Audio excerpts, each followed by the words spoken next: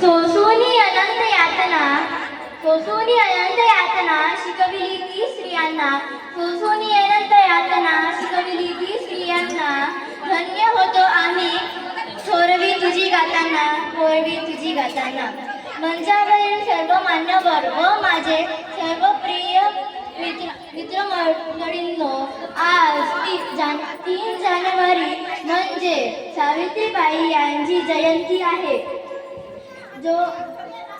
सावित्रीबाई जेव्हा 9 वर्षाची होती तेव्हा त्यांचे विवाह ज्योतिरावांशी झाला.